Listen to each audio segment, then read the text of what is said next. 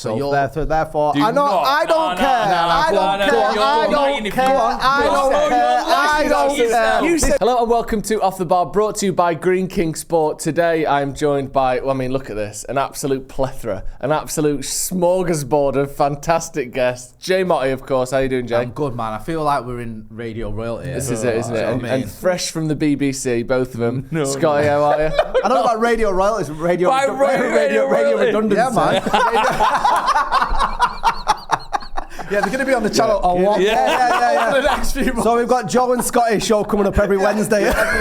Just tears, just 2 hours of crying. Where did it go wrong? And Joe Mcgrath, of course. How are Hello, very good to be here. We've got a few things to talk about today. We want to talk about, obviously, there's some updates to this ownership takeover sort of saga, some sort of details that we can get into about who's getting what money, where it's going to go, where it's going to be spent. We can get into that. But also, we want to do a Premier League managers ranked for Manchester United. Because we're in this situation now where Ten Hag is being judged. And he will be sort of analysed and scrutinised by the new owners. And we're going to do the same thing. Yeah. So we want to say, where is Ten Hag? How does he stack up compared to everyone else? And how does everyone else stack up as well? So let's start with this ownership stuff. We've spoken about it a lot on the channel. The latest update being that the Glazers are set to get 650 million quid cash for the amount that they've sold. Another 650 million is going to go to the rest of the Class A shareholders. Yeah. So obviously it's been split kind of 50-50 to avoid the Class A shareholders being pissed off that they didn't get any money. First of all, how is it possible for you to buy an object for £0 and make 650 million quid in return for that object a few years later? I mean, it's incredible, isn't it? Wasn't that the amount that the sort of loan was for? 650 million. It's quite poetic, isn't it? That's like a perfect sort of circle, isn't it? Yeah. So that's the Deadly Powers in, that's what they're getting now. Yeah, I mean, everybody's completely fuming, everyone's glazes out, but I'm going to put it to you actually, Mr. Mcgrath, because if it wasn't Manchester United that they were buying, and I said you could buy a product, and you haven't got to pay any money for it, would you do it? Like a house? Yeah. Whereabouts is the house? Can it be in Stockport? Yes, it can be in Stockport. House. Can it be in Stockport? Yeah. So this house is for free. For free. I suppose they used to do 0% loans sometimes. Yeah. Well, I don't think anyone could be upset with the Glazers. Let's just picture this historic house in the town that everyone... Let's get that clipped up and put on our No. As a businessman, let's picture this historic. Nobody can be upset with the house. To be fair, that's not right at the start, the worst thing someone said on this channel. Right at the start, man. That's not the most controversial. As a business enterprise, there was a lovely house in this town. Everyone loved this house. It was the best house in the town. They went in and went, I can get this for free. Just get a little bit of debt. Happy days. And then they've destroyed the house bit by bit, and they've made it look now not the nicest house in the town. In fact, the neighbours have got the nicest house in the town, and that's the sort of metaphor I'm going with. But now we're looking at it and they're going, right, well, I'm going to make a huge amount of money by literally doing fuck all to this house. So it's a disgrace. It's like they're like slum landlords, aren't they? Yeah. Basically just moved in, done nothing to the property, realised that inflation will increase the rate and they're going to get some money by selling bits of it off. Whilst not doing up the kitchen needs doing, bathroom could do with new tiles. They've not done nothing. Now and again they buy a plasma TV that looks shiny. Ooh, but you know, the remote don't work. The remote don't work. And it's freezing in the house. You know what I mean? It's leaking. It feels like as businessmen they've just done their job, but United shouldn't just be classed as a business because it's more to. Do you know what it is though? People. Like, I understand your point. Like, Malcolm Glazer did his job. The kids didn't. They just inherited all this. That's what I don't even respect them as business people, because it's not like you go, do you know what? I hate them, but fair play to them. They made a lot of money by being business savvy. They didn't. Daddy died and went and left them all this, like the shares in United.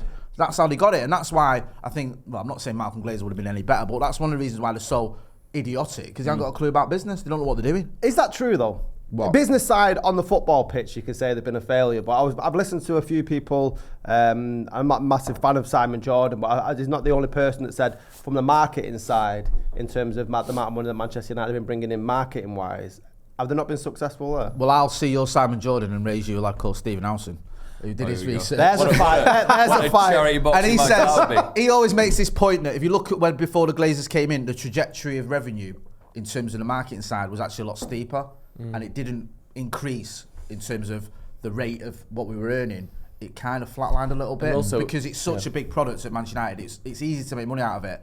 And we were already on that thing where we were winning title after title after title. The revenue's increasing, the stadium's increasing, commercial opportunities are increasing across football anyway. Yeah.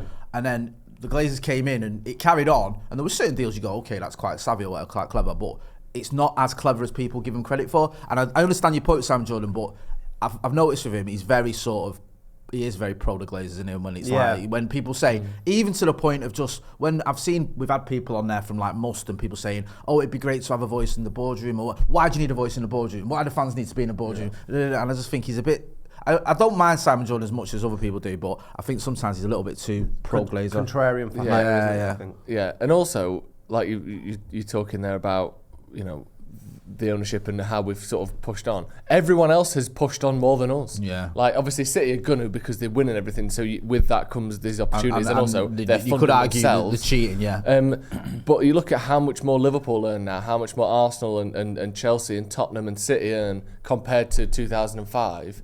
They earn many times more than we have added, if you know what I mean. Yeah. They've grown by a lot more than we have. But isn't there argument? I had a conversation with Kieran Maguire about this, and he was saying because United on yesterday, actually, United was so far ahead that the other clubs, the likes of City and Spurs and stuff, they had more sort of growth area, whereas United were already sort of conquering the market. So this isn't me being a Glazer sympathiser. No, I get that, and obviously that does play something into it. But then it's also like saying, well, you know, obviously I was always going to slow down because I was miles ahead of you. Well, the best people just stay ahead. Yeah, like and you build when you're ahead, don't you? Like you do with your team, you strengthen your team while you're strong. And United didn't do that commercially, but at times when we were flying, we could have done some better deals and sort of more long-term deals that could have helped the infrastructure and stuff like that. And I just think, and it's not just because I hate the Glazers. I've sort of begrudging respect for people that I hate. I hate City, but I can sort of, well, I don't respect them because I think they're cheats. But I can sort of, you can look at the football and go, you can respect what they're doing on the pitch. I can respect the cheating again. Yeah, no, you can respect the football and go, okay, that is good football, regardless of how they got there. Whereas with the Glazers, I just feel like I don't even have that thing where you go, well, at least they made it work to do what they did. I think they just lucky. Isn't it mad also, just on the City for a second, we're not talking about this. Everton are getting docked 12 points for some sort of financial fair play, or likely to get docked 12 points for some financial fair play stuff. And City must just be sat sweating now. Do you think they are? Or do you think they're like, well, do you know what the good thing for City is? If they don't get punished, I'm sure the Evertonians will be fine with it. Because they're well known for being alright about things like that. Do you know what I mean? They won't kick off at all. Like, this is what we and you talked about this last night, weren't we? Because Chelsea are getting accused of all sorts. Yeah. If they get a punish, we've had a fine. Everton could be facing dock points. Like, if all these clubs start getting punished, and then everyone's sort of thinking, right, okay, it's City with everyone. All these fans, all these clubs, all these people that are involved in these clubs are going to be waiting for City to get the book thrown at them if they're found guilty, of course. But what will happen? What will be the maximum fine? Because they're not going to take the trophies. That's just not going to happen. So even if it's, at worst case, I think on the list of sanctions was relegation. They'll still come back up. Yeah. Do you know like that 1 year? that one year where Liverpool win it by 9 points. Yeah, but it's. Do you think there's no chance whatsoever that they could get trophies? No, I don't think there's any chance whatsoever. Even if they get the trophies took off and we don't get the time back, we've still had to endure that sort of. I hear that voting and stuff. You don't make. He's no. They're not going to walk around the sort of the trophy room at the Etihad. Well, go on. Go around with a knife and scuff him. Go on. A big Sharpie marker. I think they might take them off them, but not give them to anyone else. I think they might Tour de France it. I think that's best case scenario. Yeah. I don't see a world where they're like, whoever was second wins it, because that don't make sense, because then you have to go through every game that City played and give every other team 3 points. And you just get the next one down, wouldn't you? But they can do, but I think a lot of times they don't do that. Like with the Tour de France, because so many people were cheating, so that's slightly different, they didn't. But in Italy as well, there's 1 year where just no one won it. Yeah. So I think that's best case scenario. I'd love it if we... That'd be great if no one won it all them years, because we didn't win it. Yeah. Like they lose like 5 titles. I do think that it's possible though that they get like a 30-point deduction in the current season that we're in when they get thinged. Yeah. Like if they've a massive fine, like I don't know, 100 million fine, and what was ours, 6 million or something? Yeah. I don't know, something massive. Think how many charges there are. A massive fine and a massive points deduction that Do you know would what the essentially bad see thing them is as relegate. well? Like, you give them that 30 points deduction or whatever. Still getting top 4. If you get top 4, they still get top 4 and they win the Champions League. So they win the Champions League next season. They just don't win the title that 1 year. And knowing how the Scousers will win it. That's all a little bit. I like the idea though if they did give it to second place and like it was in, I don't know, January. And United were crowned champions, and we could have like a little open top down Deansgate, -4 degrees, still in our Christmas gear and stuff. I'd fully be on board with that as well. I'd celebrate that like it was 99 all over again, man. I wouldn't care how we get given it. I would celebrate that hard. Is it just taking its time because there's 115 of them? Taking its time because City, one of the things that they're literally being charged for is not being willing to hand over documents.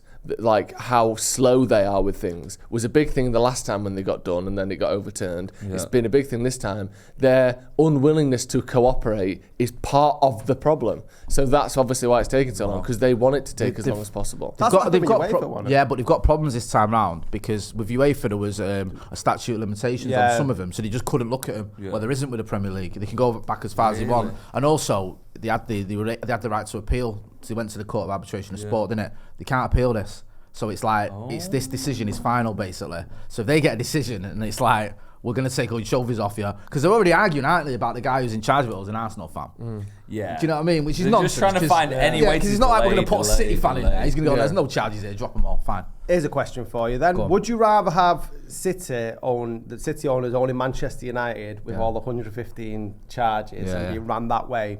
Or would you rather have the Glazers? That's a real bastard of a question. It is a bastard. That's why I asked it. I'm going to sit back and bask now.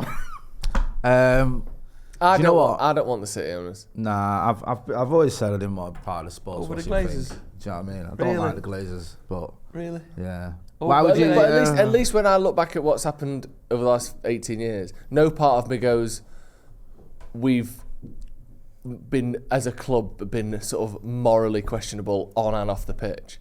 It's been, we've had to do everything despite the owners, not solely because of them. The only reason City have won any trophy, any single trophy, is because of their owners. I don't want to be in that situation either. I don't want to be in a situation where we are now where they've stopped us winning loads of trophies or they've inhibited our ability to win trophies. But I don't want to be sat there thinking, does this even count? Proper like, you know, you've married into a rich family and now you walk around like you're a self-made billionaire. It's not the case. They've literally inherited these trophies from billionaires with morally questionable sort of histories. I don't want that.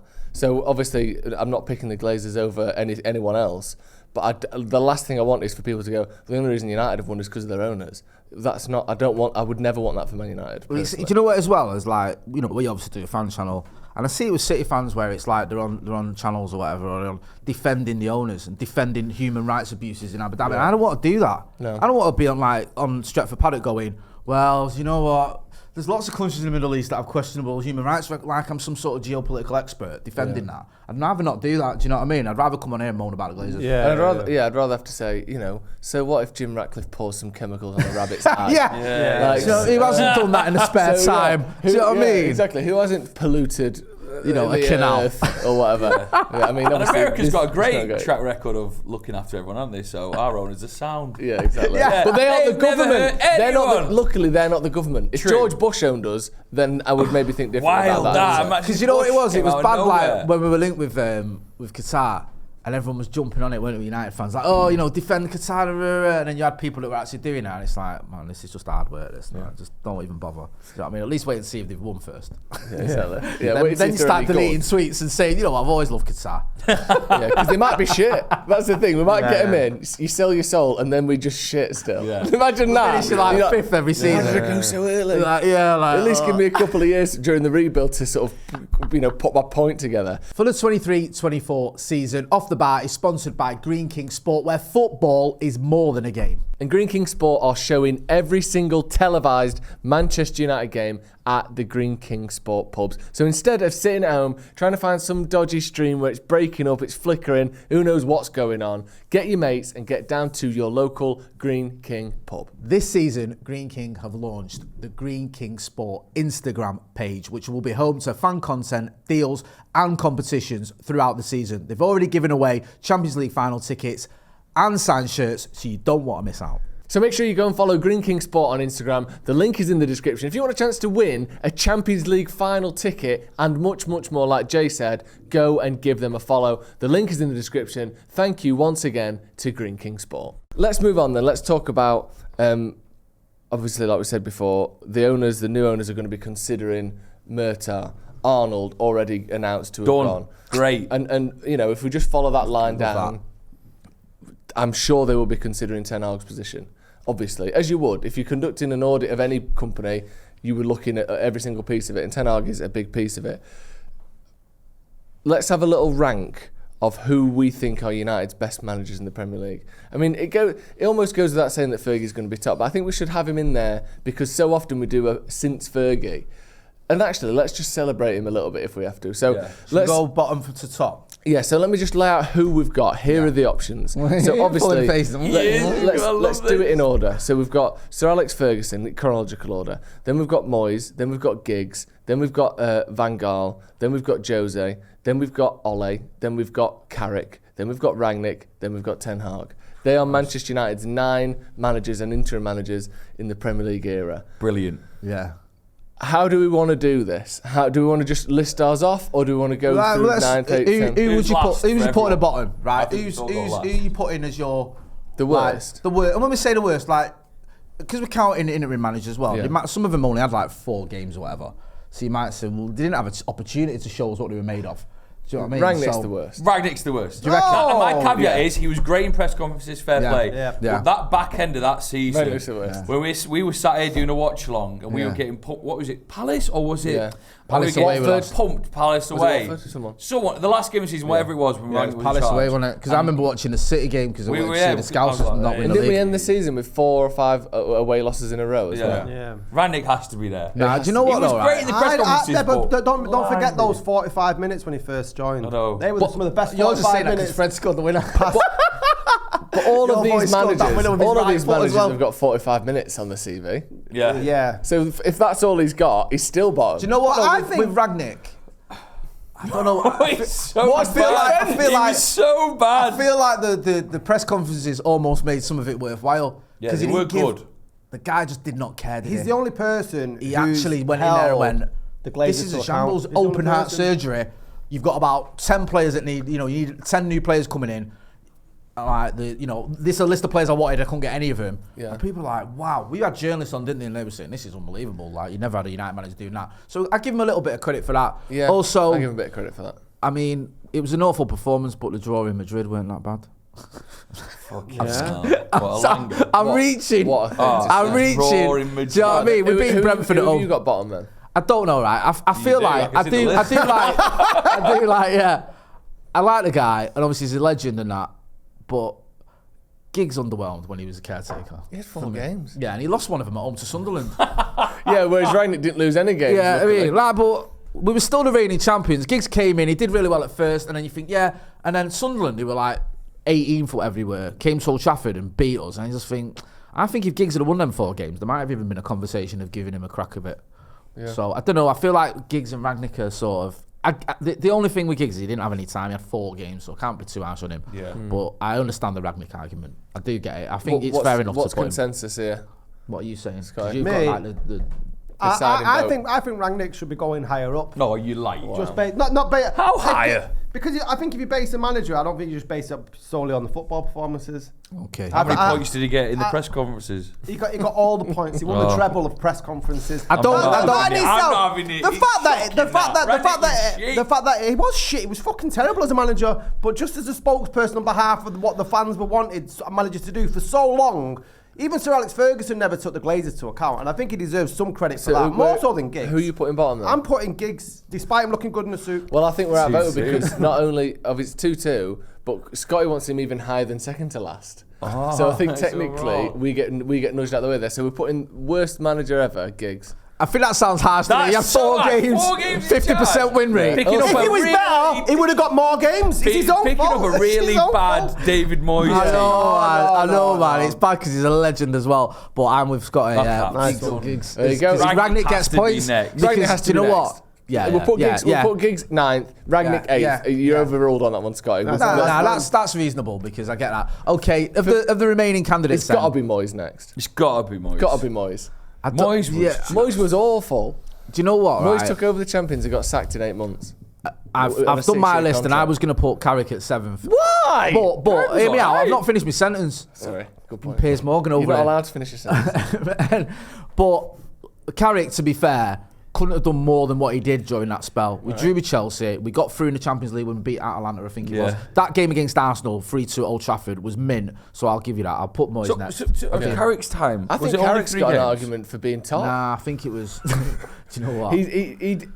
Ollie didn't beat Arsenal in the league the whole time he was there. Yeah. Carrick beat him in his second game. That game, that was his last game, wasn't it? His third game. And also, the thing about Carrick, he's the only manager that left with his head held high other than Fergie. Yeah. Like, he literally went... Because I remember being at the tram stop after the Arsenal game and the club statement came out that Carrick was leaving.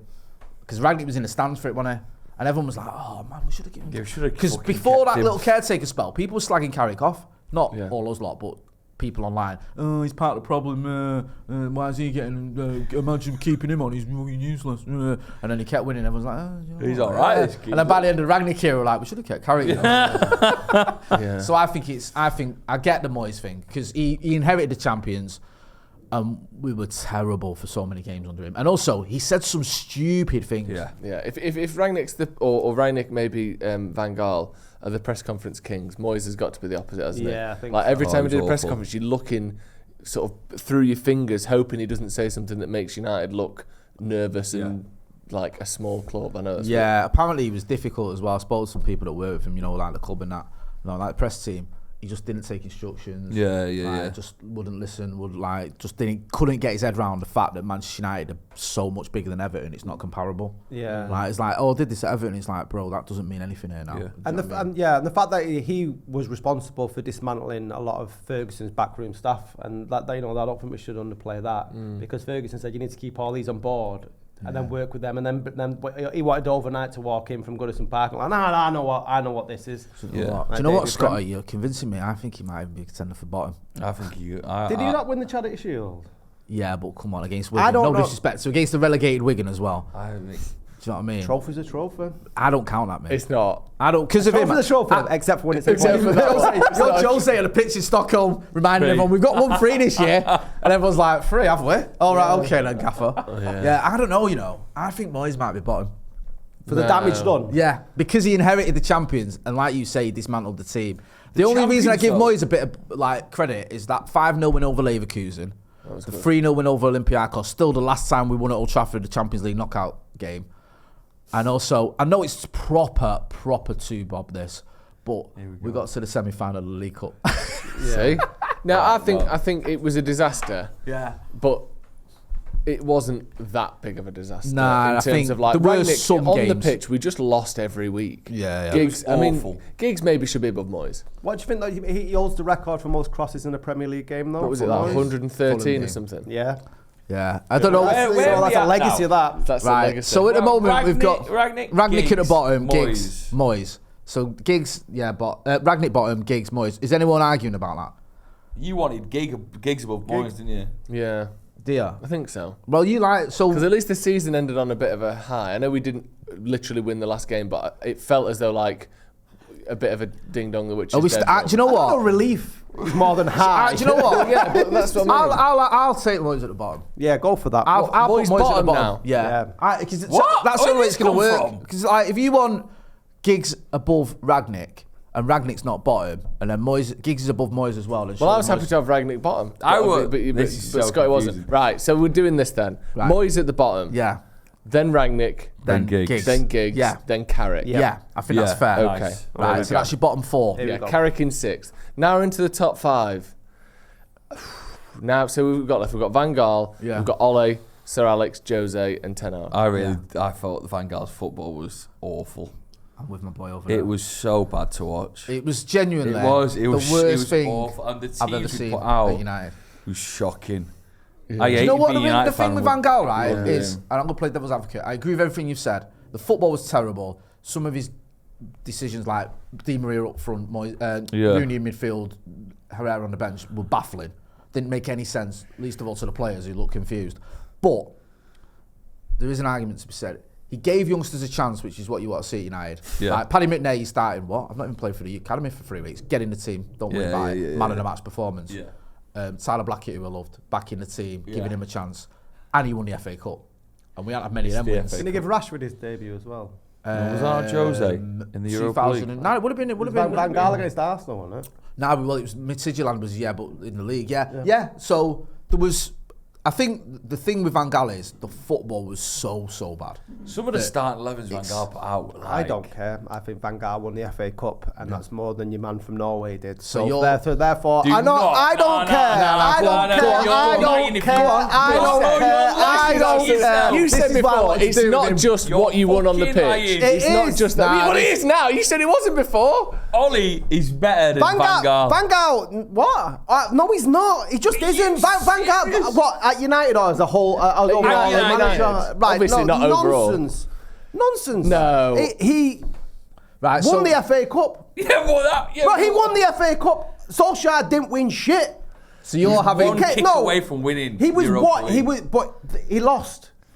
Yeah, but also he lost. But it's not just about. It's not just about obviously winning a trophy is better than not winning a trophy. No one's arguing that.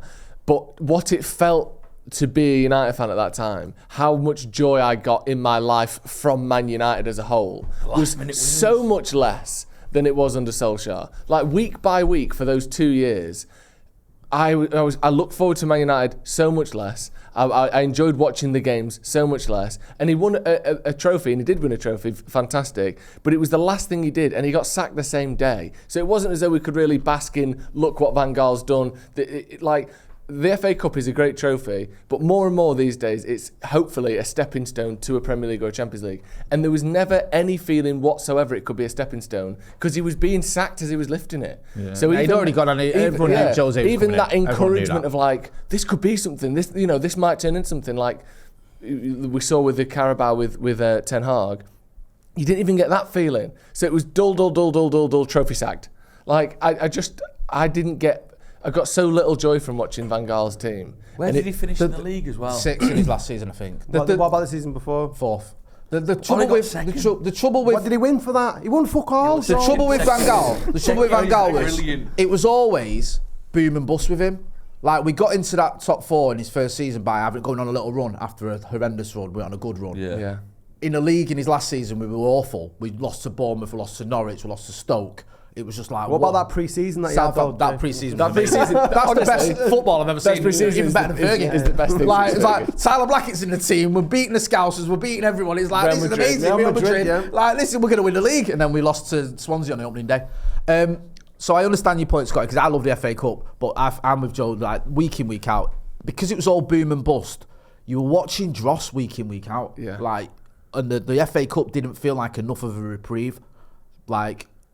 With Jose in that first season, he gave up on the league because he was focusing on Europa and he said, that's my route into Champions League. But it felt like enough of a reprieve because we won the League Cup as well. Yeah. So you had these nice little cup games and trip to Wembley. And also, it felt like we could go from that to pushing for a title the next season. And we didn't, but at least you could feel that over the summer. We're all on camera saying something like that. Where would you put Ten Hag next? I'll go Van Gaal next. You're going Van Gaal. Sorry, Van Gaal, sorry. You're going Ollie next. Well, obviously not. No, you can say what you I'd go Ollie next. Because he didn't win anything, and I'm a football fan that likes to see my team win trophies. And going about how fans, the football was great, what did you get at the end of the season? Nout, right? I want that day at Wembley. That is the whole point of football and sport and competition. You want to win things. Ollie didn't. He was a nice guy. Ran Manchester United like it was Butlins, mate. He wasn't a good manager at all. Tactically inept. But because of his legacy as a player, that sort of gave him more credence to stay. Coming second in the league, though, is not bad. It's not good, though, is it? It's not top. It's all right. Nah, you can't say second in the league's not good. Come on, that's decent, that. Considering who he's up against. Well, I think do you know what I mean? The season when we came second and people... If Ten Hag got second, we'd all be buzzing now. And it's his second full season, and that's what Ollie did in his second full season. He got second. That was a bit of a red herring of a season, though, wasn't it?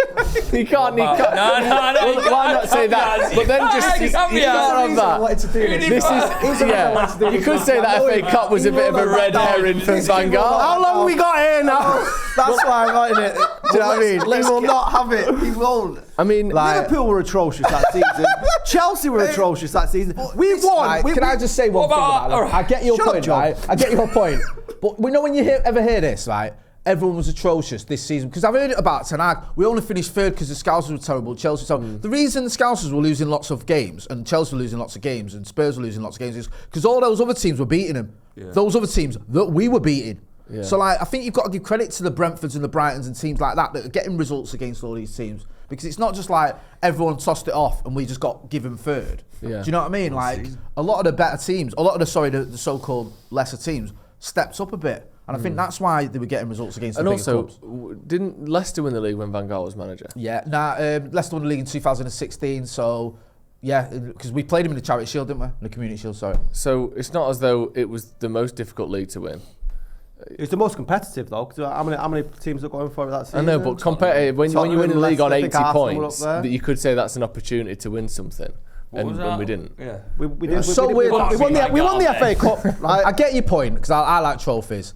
But I'm with Joe though, because week in, week out, Van Gaal, man. Yeah, right. And the FA Cup. And I think think with Van Gaal, the big question is, what would he have done that third season? Because he did a lot of things where you go, he's giving youngsters a chance. He's just won a trophy. What could he do in that third season? The only trouble was he didn't get to the Champions League. That did for him. Because I think had he got fourth and won the FA Cup, he wouldn't have got sacked. Definitely. But it was obvious at Christmas we weren't getting fourth. Yeah. And that's when Jose got sacked at Chelsea. And one of the saddest things I've ever seen at United, and people didn't happen, but I was there and I heard it, was United fans singing Jose Mourinho's name when Van Gaal was manager. That was just, put that in the bin. That's stuff that City fans would do. Yeah, right, go on then, Van Gaal. Van Gaal fifth. Begrudgingly, he's outvoted. It's on the record 3-1 that David Scott doesn't acknowledge it. So for fourth then, because Scotty's trying to get Ollie in at fifth. Presumably you want him in at fourth. You want him at fourth. To be fourth. Who? Ten Hag. He won something, man. Yeah, but what? But he's not better than Ollie at the minute for me. Even though he's won a trophy. Yeah, who's the league? Solskjaer didn't win anything though. The League Cup's alright. But he's only had one season. Solskjaer had 2.5 seasons. And won now. If you want to argue that. that. Like Ollie though. I think Ten Hag is next for me personally. I'll give you some grace on this. Just for the time. Solskjaer played better football than I think Ten Hag does. Yeah. And I think that's not down to Solskjaer's nous as a manager. I just think there's maybe Ten Hag's too complicated in the instructions that he's trying to get through to the players at the moment. But Ollie was a lot. That's a good shout. But I think Ollie offered better football because he sort of took the handbrake off, and he wasn't Jose Mourinho. Do you know what I mean? And also, I'm not being funny with Ollie. You got to remember something, right? Ollie spent money, but Ten Hag got Casemiro and Martinez and all these players. Like Ollie got Maguire in his first transfer window. I think it was Maguire, Wan-Bissaka, and Dan James, and that was your lot. Like. I just don't think we can sit here and put Ten Hag in third as our best manager in Premier League history in one season. And in fairness, almost all of this season has been a disaster. Yeah, also. Like we got beat. And in fairness, post Carabao Cup we ain't exactly shell-shocked. Yeah. You could argue that the 18 months he's been here, a year of it ain't been great. 8 months. Yeah.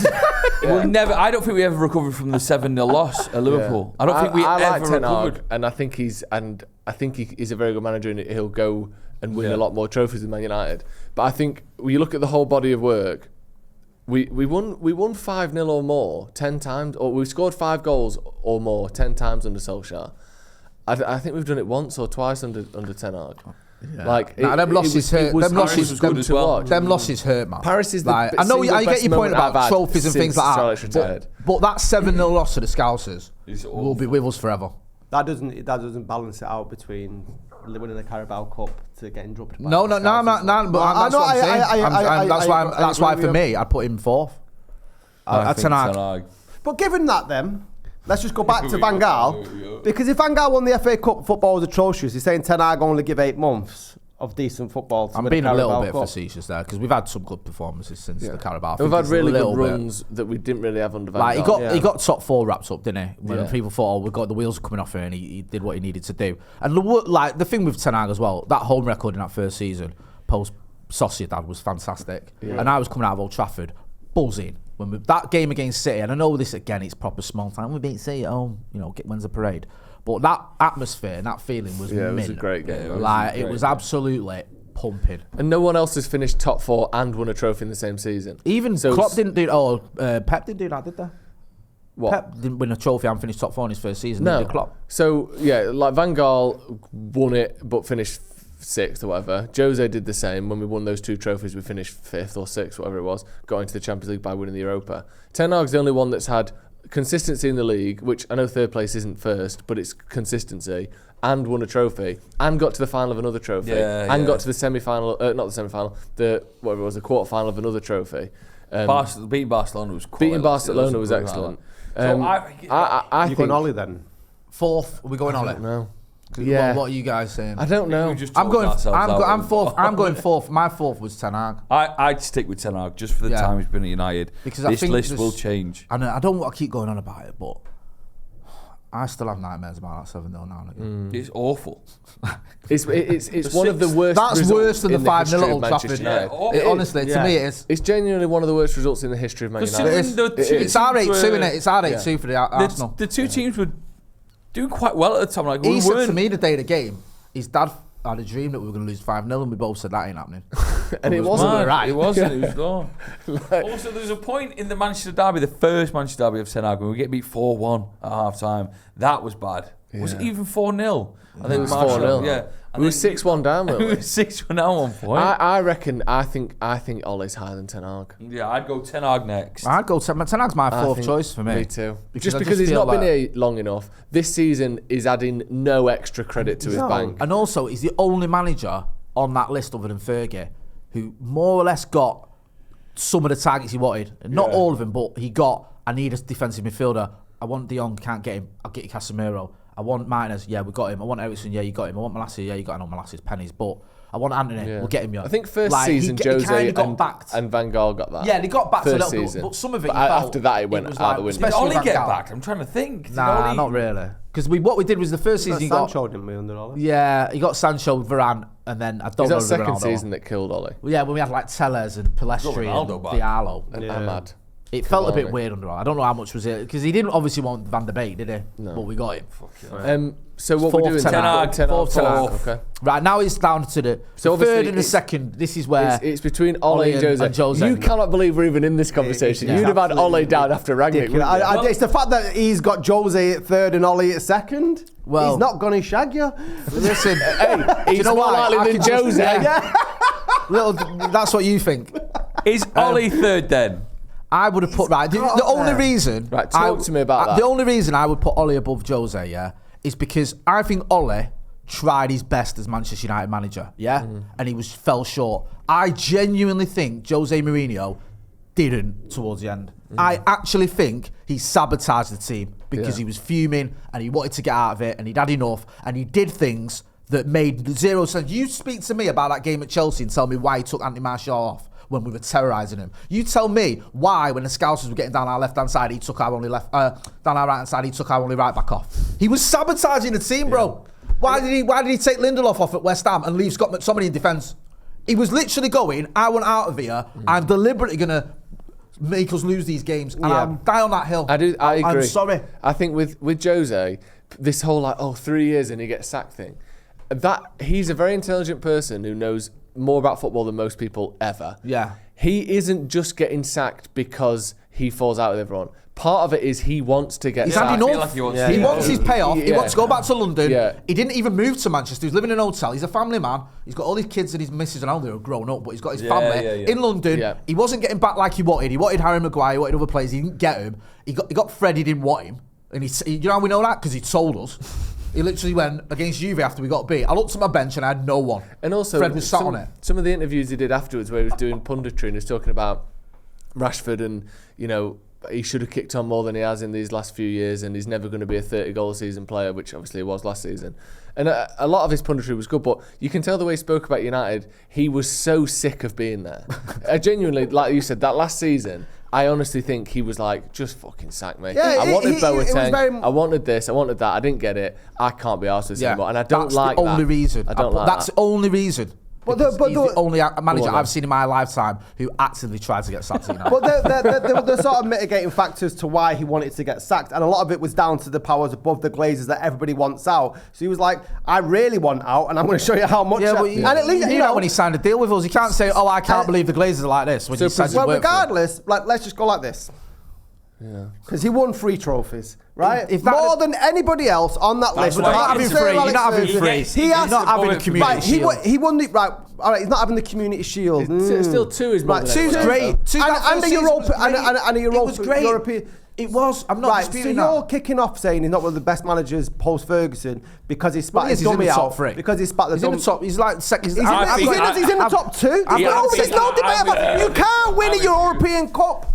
And then he came second as well. Win a European Cup. He came second. Don't forget, he came second as well the season after. Yeah. And then he wasn't really that season. I think we signed after he came second. He signed Delo. What was the goalkeeper we signed? Delo, Fred, and Lee Grant. He only a bad one. He was, and I liked Jose. That was the only reason I've not got him above Ollie for me is just because of that last season where he just said, right, do you know what? I've had enough of this. I'm getting out of it, and the way he went about it. And also, the signs were there against Sevilla. When he said we weren't going to win it anyway. The Scouts has got to the final that year, bro. And you're telling United fans we were never going to win the Champions League. Why not? Why can Liverpool, who we finished above in the league, get to the Champions League final and we couldn't win it? Right. What logic is that from a manager who'd won it twice? Both times with teams that were never fancied to win it, Porto and Inter. And he sat there in a United press conference saying, look what these lot are moaning about, we're never going to win this. But aside from that, and the fact that he lived at the Lowry, we did win the Europa League, we did win the League Cup. We did come second. Nah, the first 2 seasons were good enough. Right, so best performance. And if you're giving Ollie some sort of credit for finishing second, I think Jose deserved. No, 100%, 100%. What do you think, Joe? 100%. That's my point. Like, 100%, I'm giving credit Ollie for finishing second, and I'm giving credit for Jose. 81 points is a decent return. Yeah. I hear that. The first season, that night in Stockholm remains one of the greatest nights I've ever had as a Manchester United fan. Arguably the greatest for a multitude of reasons. The only reason I put him like lower than the just behind Fergie is because of the way he went out with it. He didn't lose the dressing room. He didn't run out of steam. He didn't, get tactically found out. He literally went, I'm sabotaging my time here. I am deliberately burning down this village. That is what he did. And that for me ain't okay. No. That's my only thing with him. The further time goes on from it, the more, like, when Ollie got sacked, I definitely enjoyed, like, when at that moment I would have said I definitely enjoyed watching United more under Ollie than I did under Jose. I had more fun as a United fan. Like, if you add up my sort of average joy over those 2.5 years compared to Jose's 2.5 years, it was higher under Solskjaer. Yep. So obviously trophies are good, and trophies go in the, in the record museum books and the record books and all that. Books, but you don't. If it's not the big trophies, then how much do you weigh actually enjoying being a United fan against 2 sort of smaller trophies? And it's hard. I don't know for me. But the further away I get from Ollie, you sort of forget. You can't picture the joy as much, but you can picture the silverware. So now I'm thinking maybe put Jose ahead. Okay. But I know for a fact, for the average feeling as a person over those 2.5 years, I enjoyed being a United fan more under Ollie than I did under Jose. I'm not arguing Jose's not a better manager. Of course he is. Of course he's a better manager. Yeah. I'm talking about me, and I'm saying a lot of the thing, and this is what Ollie was always accused of, was a vibe. Yeah. It was a feeling. What a vibe. Why don't we do a vote? Ollie in third. Oh, come on, Joe. I think I enjoyed it more. No, you I think can't. I had more. Yeah, but you second best manager. He can do what he wants. He can't. At home, Joe's got like this joy cabinet. But football is about enjoying. No, it's not. It's not about enjoying. No, it's not. It's about winning trophies. But it's not, though, is it? In 20 years' time, it's not about winning trophies. Honestly, when you're like really wrinkly and old and we're pushing you down to what is 20 years? He's only 30. There's a lot coming your way. Well, yeah. If the football stays the same. Yeah, what's the radiation bit? Okay, go on. You go like to Old Trafford and you look at the trophy cabinet. You're not going to say, "Oh, it is Joe Smith's joy." How long am I going to spend looking at the Carabao in the Europa League as well? The Europa League. He just said then the Europa League. That was the last. The memory of that night obviously was fantastic, but in terms of great final against Southampton in the League Cup as well. What? Yeah, but was it? It wasn't great. It was, but who cares? Like I cared about when Ten Hag But won also, I went to the Carabao Cup final under Ten Hag, so that puts that above anything Jose won because I was actually there. So I love that. But I just mean like that's the thing that's in my head now. What counts for more? Because trophies are great and they are what it's all about. But 95% of football fans don't get to, or if you follow anyone except the top 6 teams, you never get to see your team win a trophy. You're still a football fan. You still get as much joy out of it as following a top team. So How do we? I don't know how to rank it, and I think for me, I'm going to say I think that just the experience of being a United fan while I was watching Ole was better than watching Jose. Yeah, that's what it comes down to. Should we give it to producer Ethan? It's got to come down to What about people Ethan. watching? All right, tell you what, yeah. We'll put in the top comment will be a poll. Because the thing as well is, right, I think Jose's looked on more favourably now because of those trophies and stuff, and people look at Ole as a bit of a figure of 4. That's what I mean. He didn't win out and and it's like, I get all that. It is about trophies, I understand that. Of course. But finishing 3rd and 2nd, I don't think that can be dismissed. Who wins? And also, You let's decide. add to the fact he's a Man United legend that we got to watch do that.